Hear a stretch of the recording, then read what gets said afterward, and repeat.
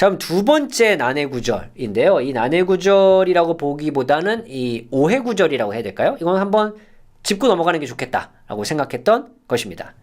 뱀은 사탄인가? 자, 바로 이 내용입니다. 뱀은 사탄인가? 자, 창세기 3장 1절 보면요. 이 뱀이 에덴 동산에 나타나서 이 하와로부터 시작해서 아담까지 선악을 알게 하는 지식의 나무의 열매를 먹게 한 그런 존재로 등장하죠. 그래서 우리는 당연히 이 뱀은 사탄이다라고 그냥 뭐 아마 거의 오해 없이 그렇게 다 알고 계실 겁니다. 자, 그런데 이건 좀 설명을 해드려야 합니다. 뱀은 처음부터 과연 사탄이었는가? 그렇게 보기엔 어렵다라는 게 저의 입장입니다. 왜냐면 이때 당시에는요, 뱀은 사탄과 아무 상관이 없었습니다.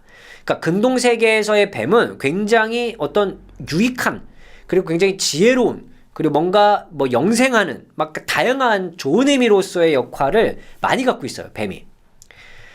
자, 그런데 이게 어느 순간부터 분명히 뱀으로 인식하는 어떤 순간들이 있었을 거란 말이죠. 자, 그걸 오늘 제가 좀 설명을 해드리려고 하는데요. 자, 그러기 위해서는 어쩔 수 없이 우리 신구약 중간기에 있는 문헌들을 좀 살펴봐야 됩니다. 신구약 중간기의 문헌들이 우리 정경으로 들어와 있진 않지만 당시 사람들이 어떤 방식으로 이해를 하고 있었는지를 아는 데는 굉장히 중요한 어떤 자료로 작용하기 때문입니다. 자, 주 1세기에 모세의 묵시라는 위경이 있습니다. 거기 보면 이런 내용이 있어요.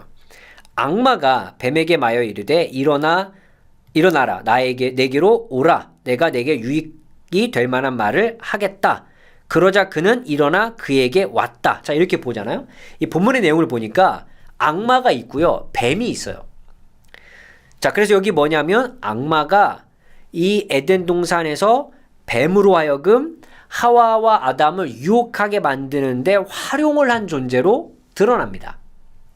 그래서 지금 이 주후 1세기에 보면 이 뱀과 악마는 서로 연결은 돼 있긴 하지만 뱀이 곧 악마다, 뱀이 곧 사탄이다라고 보기에는 어려운 본문으로 이해될 수 있어요. 악마는 따로 있어요. 그 뱀을 이용한 거예요. 이 본문을 보면요. 자, 그런 이해가 일단 이 중간기 세계에 있었고요. 자, 그리고 비슷한 시기에, 그러니까 주 1세기 아담과 하와의 생애는 모세의 묵시와 같은 책입니다. 근데 그리스어로 돼 있느냐 라틴어로 돼 있느냐에 따라서 조금 이제 차이가 있어요. 여기 보면요. 악마가 탄식하여 이르되 오 아담아 나의 모든 권한과 질투와 슬픔은 너와 관련돼 있다. 이렇게 말해요. 쭉 내용을 보면 아담과 하와의 생애에서는 사탄과 뱀이, 그러니까 악마와 뱀이 동일한 인물로 나타나요. 자, 그러면 지금 1세기에 어떤 이해가 있었냐고 볼 수 있냐면 뱀은 곧 사탄이다라는 이해도 있었고 또 다른 한편으로 뱀은 따로 있었고 악마가 사탄이 뱀을 조절해서 그를 활용해서 에덴 동산에서 하와를 유혹하게 만들었다라는 이해도 공존하고 있었다라고 볼 수 있습니다. 자, 그런데 이런 이해 속에서 우리 신약 성경은 어떻게 이해했느냐? 계시록에 보면 옛 뱀 곧 마귀라고도 하고 사탄이라고도 한다라는 내용이 딱 요한계시록에 등장해 있어요. 그래서 신약 성경의 시대를 살았던 사람들은 두 개의 공존하던 생각 속에서 뱀은 곧 사탄이다 라는 이해를 가지고 있었다라고 우리는 생각해 볼 수 있습니다. 자, 그럼 이런 이해가 계속 이어졌는가? 주 1세기에서 3세기 어느 시간쯤에 완성됐을 것으로 보이는 바룩 3서를 보면 그러나 처음 창조된 아담이 사타나엘의 말을 듣고 죄를 지었다. 그가 뱀으로 몸을 가렸다. 자, 분명히 신약 성경 이후에 뱀과 사탄은 동일한 존재로 이해되고 있다는 것을 우리는 알게 됩니다. 자, 그런데 크리소스토모스가 385년에 작성한 창세기 설교를 보면요. 뭐라고 돼 있냐면 자, 이 마지막 밑에 세 번째 줄 보면 그가 무슨 일을 했는가? 그는 이 들짐승 곧 뱀을 발견했다. 중략하고 그는 이 생명체를 어떤 도구처럼 이용했고 그것을 통해 순진하고 약한 그릇, 즉 여성을 대화수단으로 속임수에 빠뜨렸다. 크리소스토모스는요. 앞선 이해의 또 다른 방향을 흘러가고 있어요. 그게 뭐냐면 악마, 사탄은 따로 있고 그가 뱀을 이용했다. 라는 이해로 이어지고 있습니다. 자, 아우구스티누스는 어땠냐면요. 뱀은 악마를 상징한다. 뱀은 곧 악마다라는 이해를 또 동시에 가지고 있었습니다. 자, 그러면 이게 쉽지 않아요. 이해하기가.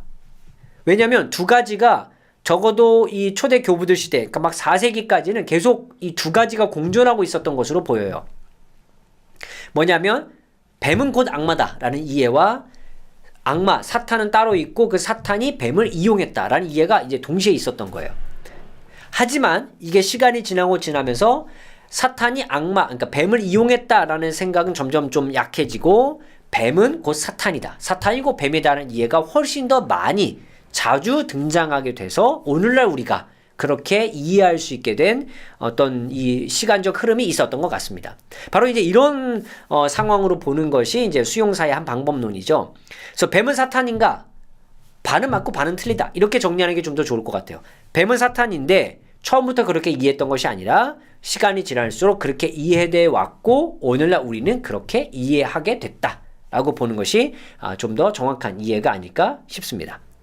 자, 아마 이 책은요, 또 이런 내용은 제 책에 또 담아두었기 때문에 이제 부록으로 그 내용을 잠시 여러분에게 가지고 와서 뱀에 대한 이해를 이렇게 하시는 것이 좀 더 좋습니다. 라는 이제 설명을 제가 드릴 수 있게 됐습니다. 오늘의 컨텐츠가 도움이 되셨다면 유튜브 멤버십이나 네이버 프리미엄 컨텐츠 오늘의 구약 공부를 구독하신다면 구약을 더 깊이 배우실 수 있습니다.